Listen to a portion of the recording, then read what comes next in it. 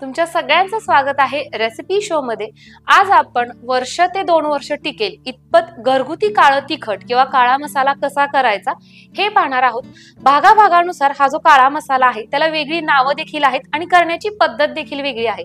जसं की काही ठिकाणी घाटी मसाला खाल्ला जातो, काही ठिकाणी कांदा लसूण मसाला खाल्ला जातो, तशाच पद्धतीने सोलापूरकडच्या भागामध्ये काळं तिखट किंवा काळा मसाला खाल्ला जातो झणझणीत चमचमीत अशा भाज्या करण्यासाठी। आता हा मसाला करत असताना मिरची कशी भाजली पाहिजे, वर्ष ते 2 वर्ष टिकण्यासाठी त्याला कुठल्याही पद्धतीची आळी लागली नाही पाहिजे, जाळी लागली नाही पाहिजे, याच्यासाठी कुठल्या गोष्टींची काळजी घेतली पाहिजे, कुठला मसाला भाजत असताना कुठल्या क्रमाने तो भाजला पाहिजे, या सगळ्या गोष्टींची डिटेल मध्ये माहिती आजच्या व्हिडिओ मध्ये मी देणार आहे। चला तर मग रेसिपीला सुरुवात करूया। काळं तिखट करण्यासाठी सगळ्यात अगोदर इथं आपण गावरान मिरची घेतलेली आणि तुम्ही इथं बघू शकता छान लालबुंद अशा पद्धतीची आपल्याला ही मिरची बघून घ्यायची आहे। बऱ्याचशा वेळेस काय असतं, मिरचीमध्ये भेसळ असते, म्हणजेच लाल मिरची बरोबर थोडीशी पांढरट पडलेली मिरची सुद्धा दिली जाते, तर तशी घ्यायची नाही। अशा पद्धतीची बघताच क्षणी लालबुंद दिसणारी आपल्याला गावरान मिरची घ्यायची। याची देठ काढलेली आहेत आणि देठ काढल्यानंतर 2 दिवस आपण हे उन्हामध्ये सुकवून घेतलेले आहेत। मी जो मसाला आज तुम्हाला दाखवतेय तो भाजीसाठी अगदी परफेक्ट अशा पद्धतीचा आहे। म्हणजेच आपण तयार केलेलं हे काळं तिखट तुम्ही एखाद्या भाजीमध्ये तुमच्या चवीनुसार 1-2 चमचे टाकलं तर त्याच्यानंतर तुम्हाला बेडगी मिरची टाकायची आवश्यकता नाहीये किंवा फ्लेवरिंगसाठी इतर कुठले मसाले ऍड करायची गरज नाहीये, कारण की या सगळ्या गोष्टी घेऊनच आपण हा मसाला तयार करतोय। इथं आपण 1 किलो मिरची घेतलेली आहे आणि आता आपण रंगाकडे वळूयात। तर रंग येण्यासाठी आपल्या भाजीला छान असा रंग यावा याच्यासाठी इथं आपण बेडगी मिरची घेतलेली आहे आणि ही आपण पाव किलो घेतोय। 1 किलो मिरचीसाठी पाव किलो बेडगी मिरची, याची सुद्धा देठ अशा पद्धतीने आपण काढून घेतलेली आहे आणि ही मिरची सुद्धा मी 2 दिवस उन्हामध्ये सुकवून घेतलेली आहे। मी घेतलेली बेडगी मिरची तुम्ही बघू शकता, अतिशय लाल बुंद अशा पद्धतीची ही मिरची आहे। अशाच पद्धतीची मिरची घ्यायची तरच आपल्या तिखटाला सुद्धा आणि ते तिखट वापरून केलेल्या भाजीला सुद्धा छान असा रंग येतो। काळं तिखट करत असताना तो तिखट कशा पद्धतीने होतो, म्हणजे कुठली मिरची वापरायची हे पाहून झालं, त्याला रंग कशा पद्धतीने आणायचा हे सुद्धा पाहून झालं। आता महत्वाची गोष्ट म्हणजे त्याचा गंध, म्हणजे त्याचा फ्लेवर, आणि फ्लेवर जर अप्रतिम असेल तरच तो मसाला योग्य अशा पद्धतीने तयार होतो। तर त्याच्यासाठी आपण कोणते कोणते खडे मसाले घेतलेले आहेत, त्या खड्या मसाल्यांबरोबर इतर कोणतं साहित्य घ्यायचे ते पाहूयात। पूर्व तयारीमध्ये म्हणजे 2 ते 3 दिवस अगोदर आपल्याला 600 ग्रॅम कांदा घ्यायचा आहे। तो अशा पद्धतीने एकदम बारीक असा पातळ चिरायचा, उन्हामध्ये सुकवून घ्यायचा। सुकवून घेतल्यामुळे काय होतं, एकतर आपला गॅस सुद्धा वाचतो आणि दुसरी गोष्ट म्हणजे वर्ष नाही 2 वर्षभर तुमचं तिखट जे आहे ते आरामशीर टिकू शकतं, म्हणजे त्याला आळीजाळी काहीच होणार नाही। खोबरं घेतलेलं आहे 350 ग्रॅम आणि अशा पद्धतीने हे खिसून घ्यायचं। चांगल्या पद्धतीचा मसाला तयार होण्यासाठी जे काही साहित्य घेतलेले आहे ते व्यवस्थित असे भाजले जाणं गरजेचं आहे। त्याच पद्धतीने जर खोबरं तुम्ही असं खिसून घेतलं तर ते व्यवस्थित आणि एकसारखं भाजलं जातं। 350 ग्रॅम धणे घेतलेले आहेत आणि हे धणे तुम्ही बघू शकता, मस्त असा याला फ्रेश रंग आहे, ताजे अशा पद्धतीचे धणे आपण घेतलेले। आता शिळे कसे ओळखायचे किंवा जुने धणे कसे ओळखायचे याचा तुम्ही रंग बघू शकता, थोडासा लालसर अशा पद्धतीचा याचा रंग आहे आणि याचा रंग बघा। ज्या वेळेस आपण काळं तिखट करत असतो त्यावेळेस धणे आपल्याला बाहेरनं फ्रेशच विकत आणायचे, घरी शिल्लक असलेले धणे वापरायचे नाहीत। धण्याबरोबरच इतर सगळे जे काही खडे मसाले आपण वापरणार आहोत त्याच्या सुद्धा बाबतीत असंच आहे। ह्या एकाच बाउलमध्ये आपण दगडफूल आणि तमालपत्र घेतलेले आहेत आणि या दोन्हीचंही प्रमाण 15 ग्रॅम आणि 15 ग्रॅम अशा पद्धतीचं। 15 ग्रॅम काळी मिरी, 15 ग्रॅम रामपत्री, 15 ग्रॅम शहाजिरं, 15 ग्रॅम स्टारफूल किंवा चक्रीफूल, 12 ग्रॅम दालचिनी, 12 ग्रॅम लवंग, 12 ग्रॅम नाकेश्वर, मसाला विलायची 12 ग्रॅम आणि हे त्रिफळा 12 ग्रॅम, 50 ग्रॅम खसखस आणि 50 ग्रॅम हळकुंड। सगळ्यात शेवटी आणि महत्वाचं ते म्हणजे तेल, जशी गरज पडेल तसं आपण वापरणार आहोत। काळं तिखट करण्यासाठी आपल्याला हे इतकं सगळं साहित्य गोळा करावं लागतं आणि मेन महत्वाची गोष्ट म्हणजे या काळ्या तिखटामध्ये मिठाचा वापर केला जात नाही। आमच्या इथे ज्यावेळेस आम्ही घरगुती लाल चटणी करतो त्या चटणीमध्ये मीठ टाकतो, काळ्या तिखटात टाकत नाही। आता आपल्याला हे सगळं भाजून घ्यायचंय। भाजण्याची सुद्धा एक पद्धत आहे, भाजण्याचा सुद्धा एक क्रम आहे। तर सगळ्यात अगोदर आपण भाजून घेणार आहोत खसखस। भाजण्यासाठी इथं मी लोखंडी कढईचा वापर केलेला आहे। लोखंडी कढईमध्ये व्यवस्थित असा हा सगळा मसाला भाजला जातो। खसखस भाजतोय, खसखस खूप नाजूक असते तर त्याच्यामुळे एकदम लो फ्लेम वरती हिला भाजून घ्यायचं आणि खसखस भाजताना तेलाचा वापर नाही करावा लागत। आपण काळा मसाला करतो तर त्यावेळेस प्रत्येक पदार्थाचं एक वेगळं असं महत्व आहे, एक वेगळी अशी चव आहे. आता खसखस आपण यामुळे टाकतो याच्यात की खसखशीमुळे काय होतं, आपल्या काळ्या तिखटाला सुद्धा आणि अर्थातच ते तिखट वापरून केलेल्या भाजीला सुद्धा छान असं तेल सुटतं, तर त्याच्यामुळे ही खसखस वापरायची असते. आता इथं मी 50 ग्रॅम खसखस वापरली. जर तुम्हाला वाटलं की आणखीन जास्त थोडीशी टाकावं तर एक 60-70 ग्रॅम तुम्ही टाकू शकता. भाजलेली खसखस आपण काढून घेऊया. मिरची कांडप केंद्रामध्ये खसखस आपण अशीच द्यायची नाही, घरनं ती मिक्सरमध्ये फिरवायची, एकदम बारीक अशी ती करायची आणि मग नंतर इतर मसाल्यांबरोबर द्यायची. खसखस आकाराने एकदम छोटी असते, गोल गुळगुळीत असते आणि ती त्या कांडप केंद्रात जो ठोंबा त्याच्यावर पडतो त्यातनं ती निसटून जाते, एकदम बारीक अशी होत नाही. तर त्याच्यामुळे आमच्या इथं तरी जे कांडप केंद्रातले आहेत ते म्हणतात की खसखस घरनच मिक्सरवरती दळून आणा, तर त्याच्यामुळे तशा पद्धतीनं घरनच दळून तिकडं न्यायची. खसखशीनंतर आता आपल्याला सगळे हे खडे मसाले भाजायचे, तर हे मसाले मी एकाच बॅच मध्ये भाजणार आहे. काळी मिरी, नाकेश्वर, मसाला विलायची, चक्री फूल, शहाजिरं, रामपत्री, त्रिफळा.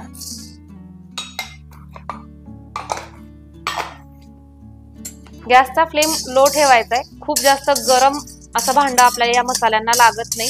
हलक्या अशा फ्लेमवरती आपल्याला हे भाजून घ्यायचं असतं. खडे मसाले आपल्याला करपवायचेही नसतात आणि खूप जास्त कच्चेही काढायचे नसतात. आता कसं ओळखायचं मग ते भाजले का किंवा शेकले का? तर ज्यावेळेस आपण हे मसाले भाजायला घेतो आणि हलके असे भाजले की याचा जो फ्लेवर आहे तो आपोआप रिलीज होतो, मग त्यावेळेस असं समजायचं की हे मसाले भाजले गेलेले आहेत. आता माझा मसाल्यांचा जो गंध आहे तुम्हाला जाणवतोय, मी काढून घेते. आतापर्यंत आपण अजिबात तेल वापरलेलं नाहीये. आता इथनं पुढे आपल्याला थोडं थोडं तेल लागणार आहे. तर सगळ्यात अगोदर आपण धणे भाजून घेतोय. धण्यांना खूप जास्त लागत नाही, पण थोडंसं तेल लागतं. तर अगोदर धणे भाजून घेतोय. धण्यांचा सुगंध रिलीज व्हायला लागलेला आहे. आता याच्यामध्ये आपण तेल टाकून घेऊयात. जास्तीत जास्त 1 ते 1.5 चमचा आपल्याला धण्यांसाठी तेल लागतं.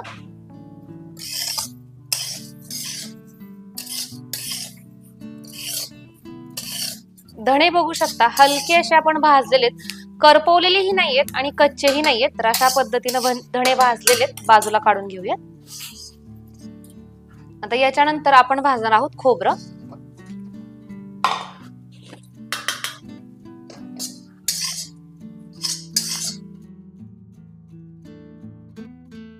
हलका असं आपलं खोबरं भाजलं गेलेलं आहे. आता आपल्याला याच्यात तेल टाकून घ्यायचंय.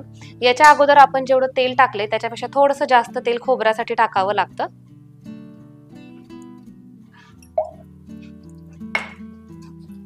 आणि खोबरं भाजून शिल्लक राहिलेलं तेल आपण दुसऱ्या पदार्थासाठी वापरू शकतो, त्याच्यामुळे थोडंसं जास्त कमी पडलं तर एवढं काही नाही.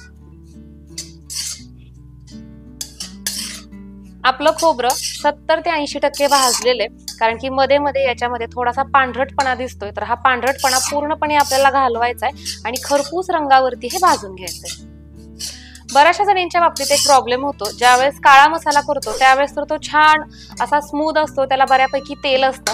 पण जसे जसे दिवस जातील तसा तसा तो मसाला असा थोडासा भगरा भगरा व्हायला लागतो. ज्या पद्धतीनं चटणी असते तशा पद्धतीचा तो दिसायला लागतो. तर त्याच्या मागचं कारण म्हणजे ज्यावेळेस तुम्ही मसाल्यासाठी खोबरं निवडता त्यावेळेस ते खोबरं छान असं तेल असावं त्याच्या आतमध्ये. आपल्याला बघता क्षणी ते असं टवटवीत वाटलं पाहिजे, तशा पद्धतीचं खोबरं घ्यायचं. जर खोबऱ्यातलं तेल निघून गेलं असेल, वाळलेलं खोबरं तुम्ही घेतलं, त्याचबरोबर ज्यावेळेस आपण मसाले भाजतोय ज्याच्यासाठी तेल आवश्यक आहे तर त्यावेळेस थोडंसं जास्तच तेल टाकायचं, म्हणजे मग आपला जो मसाला आहे तयार केलेला तो जास्त दिवस आहे तसा फ्रेश राहतो. काढून घ्यायचंय. आता आपण तळून घेणार आहोत हळकुंड, तर त्याच्यासाठी थोडंसं जास्त तेल टाकलेलं आहे. हळकुंड तेलामध्ये टाकून घेऊयात.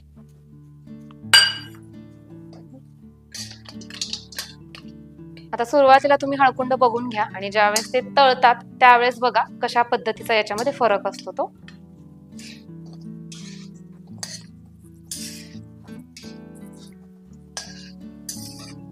आपले हळकुंड तळले गेलेले आहेत, बाजूला काढून घ्यायचे.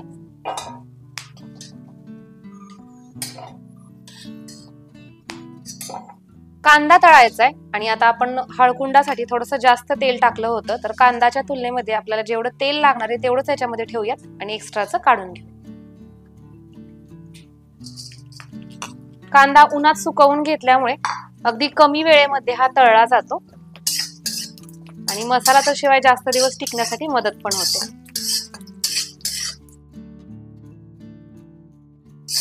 ज्यावेळेस आपण कढईमध्ये कांदा टाकलेला होता तर त्यावेळेस तुम्हाला तो थोडा दिसत होता आणि आता तुम्ही बघू शकता कांदा आपला थोडासा फुललेला आहे आणि हा कांदा सुद्धा आपल्याला खूप पण जास्त डार्क नाही पण मस्त अशा पद्धतीने हा तळून घ्यायचा आहे किंवा भाजून घ्यायचा आहे असा कडक होईपर्यंत. कांदा आपला या स्टेज पर्यंत भाजलेला आहे म्हणजे जवळजवळ 90 ते 95% भाजलेला आहे. आता आपण गॅस बंद करायचा आणि गॅस बंद केल्यानंतर काय करायचं हा असा पसरवायचा आणि एक 5 ते 10 मिनिट ठेवायचा. मग त्याच्यामुळे काय होतो कांदा करपत सुद्धा नाही आणि व्यवस्थित आतमध्ये पर्यंत भाजला जातो, छान कडक होतो. सगळे मसाले भाजून झालेले आहे, इतर सगळं साहित्य भाजून झाले. आता मेन महत्वाची गोष्ट ती म्हणजे मिरच्या. आता आपल्याला मिरच्या भाजायच्या तर माझ्याकडे एवढ्याच साईजची कढई आहे तर त्याच्यामुळे एका वेळेस जेवढ्या बसतील तेवढ्या टाकून मी भाजणार आहे. दोन पद्धतीने भाजल्या जातात. पहिली म्हणजे काय करायचं सगळं एकदम मोठं पातेलं घ्यायचं त्याच्यामध्ये थोडंसं तेल टाकायचं. थोडंसं म्हणजे अगदी थोडंसंच आपल्याला तेल टाकावं लागतं. जर मिरची भाजताना तुमच्याकडनं जास्त तेल टाकलं गेलं तर ती मिरची व्यवस्थित अशी डंक्यामध्ये बारीक होत नाही, कुटत नाही. तर त्याच्यामुळे अगदी थोडंसं तेल टाकायचं. आणि आता माझ्याकडे छोटीशी कढई आहे तर त्याच्यामुळे मी काय करणार आहे ज्यावेळेस कढईत मिरच्या टाकणार आहे त्याच वेळेस जसं लागेल तसं अगदी थोडं थोडं तेल टाकणार आहे. आता याच्यामध्ये आपण इतर साहित्य भाजलेलं होतं तर सगळ्यात शेवटी कांदा भाजला होता. कितीही नितळलं तरी याच्यामध्ये थोडंसं तेल शिल्लकच आहे, अगदी पाव चमचा तेल शिल्लक आहे. सोबतच कढई सुद्धा तेलकट आहे त्याच्यामुळे पहिल्या बॅचला मी तेल टाकणार नाहीये, न तेल टाकता भाजून घेणार आहे. एका वेळेस मला जेवढं कम्फर्टेबल वाटतील मिरच्या हलवण्यासाठी तेवढ्या टाकून घेते.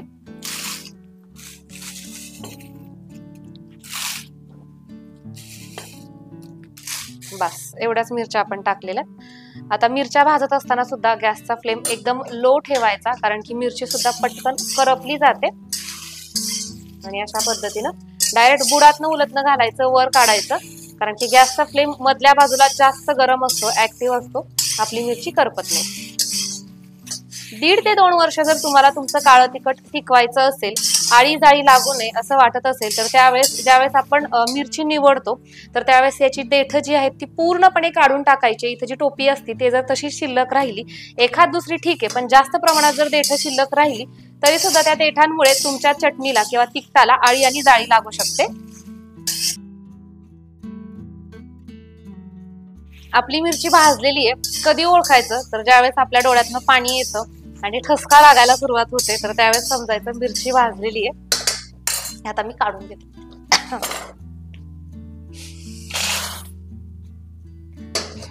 सेम अशाच पद्धतीनं इतर राहिलेल्या सगळ्या मिरच्या भाजून घेते. गावरान मिरची भाजून झालेली आहे. आता आपल्याला बेडगी मिरची भाजायची आणि ही सुद्धा सेम तशाच पद्धतीनं एकाच वेळेस सगळी मिरची बसलेली आहे. अगदी थोडीशी तेलाची धार.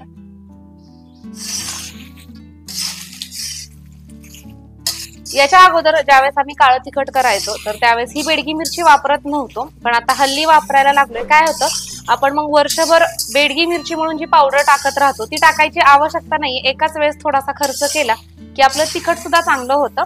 पूर्णपणे तुमचा पर्याय आहे, जर तुम्हाला वापरायची असेल तर वापरा, नाही वापरली तरीही चालेल.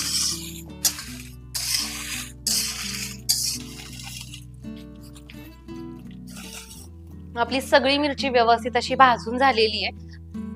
बेडगी मिरची सुद्धा भाजलेली आहे, टाकून घेऊया. त्यासोबतच मिरची ज्यावेळेस आपण ह्या पातेल्यातनं त्या पातेल्यात, ह्या कढईतनं त्या कढईत करतो त्यावेळेस याच्या बिया निखळतात तर त्या बिया सुद्धा इथं मी हलक्या अशा भाजून घेतलेल्या. ह्या वाया घालवायच्या नाही कारण की तिखटपणा याच्यात सुद्धा असतो. तर या बिया सुद्धा टाकून घेतलेल्या. आता याच्यानंतर आपण हे तमालपत्र आणि दगडफूल भाजलेलं नव्हतं, हलकंसं भाजलं तरीही चालेल पण आम्ही भाजत नाही तर असेच टाकून घेते.